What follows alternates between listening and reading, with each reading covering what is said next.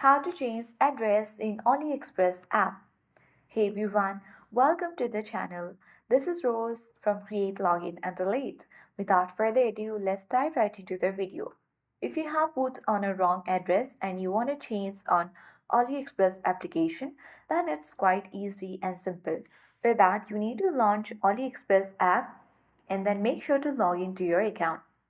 After that, head towards account icon at bottom right corner and select your flag icon of your country at top right corner of the screen. And then you need to go forward to your settings of your address where you will get shipping address option. Simply tap to open it. Here tap add new address button at bottom of the screen. And here you can easily add new address.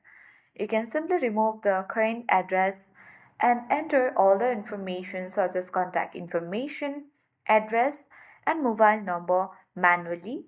After a while you can tap save button at bottom of the screen and easily change address in AliExpress app. That's it. I hope this guide was helpful. If it was, then to like, share, comment and don't forget to subscribe. Thank you for watching and see you in the next video.